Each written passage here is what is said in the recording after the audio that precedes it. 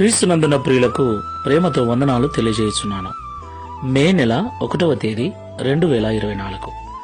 ఈరోజు దేవుడు మనకు చేస్తున్న వాగ్దానం ఏమిటనగా కీర్తనల గ్రంథము 121వ కీర్తన 6వ చరణం. పగలు ఎండ దెబ్బైనను నీకు తగులదు, రాత్రి వెన్నెల దెబ్బైనను నీకు తగులదు.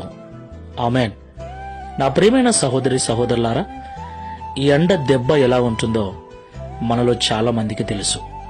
ప్రస్తుతమైతే భయంకరమైనటువంటి వేడి, భయంకరమైనటువంటి ఎండ, ఇంటి నుండి కాలు బయటికి పెట్టాలంటే భయపడుతున్నటువంటి భయంకరమైన పరిస్థితులు. అవును ప్రియులారా, ఇప్పటికే ఎంతో మంది ఎండ దెబ్బ తగలటం వల్ల అనారోగ్యానికి గురైన వారు, హార్ట్అటాక్ వచ్చి చనిపోయిన వారు కూడా ఎంతో మంది ఉన్నారు. అవును ప్రియులారా, భయంకరమైనటువంటి ఎండ మనుషులను పీడిస్తుంది. అయితే ప్రభు అంటున్నాడు, పగలు ఎండ దెబ్బైనను నీకు తగులదు, రాత్రి వెన్నెల దెబ్బైనను నీకు తగులదు అని. ప్రియులారా, వెన్నెల అంటే మనకు చాలా ఇష్టం. ఎంత ప్రశాంతంగా ఉంటుందో కదా, మనసు నెమ్మదిగా ఉంటుంది. ఆ వెన్నెల దెబ్బ కూడా తగలకుండా చూస్తానంటున్నాడు.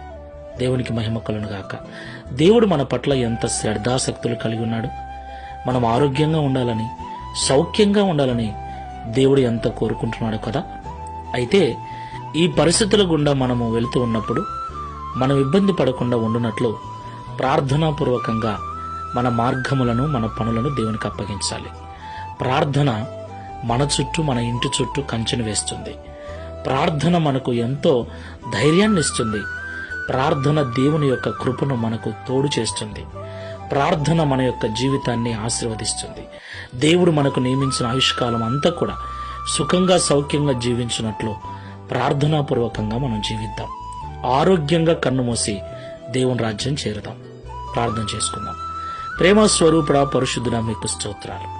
పగులు ఎండ దెబ్బైనను, రాత్రి వెన్నెల దెబ్బైనను తగలదు అని ఉదయకాల సమయంలో మాతో మాట్లాడారు. అవునయ్యా, ప్రస్తుత పరిస్థితులు భయంకరమైనటువంటి ఎండతో నింపబడి ఉన్నాయి. ఇంటి నుండి బయటికి వెళ్లిన వ్యక్తి ఆరోగ్యంగా తిరిగి వస్తాడన్నటువంటి నమ్మకం లేదు. ఎంతో మంది దారిలోనే కుప్పకూలిపోతున్నారు, ఉన్నట్లుండి పడిపోతున్నారు, ఉన్నట్లుండి హార్ట్అటాక్ వచ్చి చనిపోతున్నారు. వయసుతో నిమిత్తం లేకుండా చిన్న పెద్ద అందరూ కూడా ఈ ఎండబారిన పడుతున్నారు. అయితే ప్రార్థనాపూర్వకంగా మేము ఉన్నట్లయితే మా చుట్టూ నీ కంచెను వేసి మా ఆయుష్కాలం అంతా మీరు కాపాడుతారని మాతో మాట్లాడారు. ఈ ప్రార్థనలో ఏకీభవిస్తున్న వారిలో ఎవరైనా ఇప్పటికే ఎండబారిన పడి ఇబ్బంది పడుతుంటే విడిపించి స్వస్థపరచండి.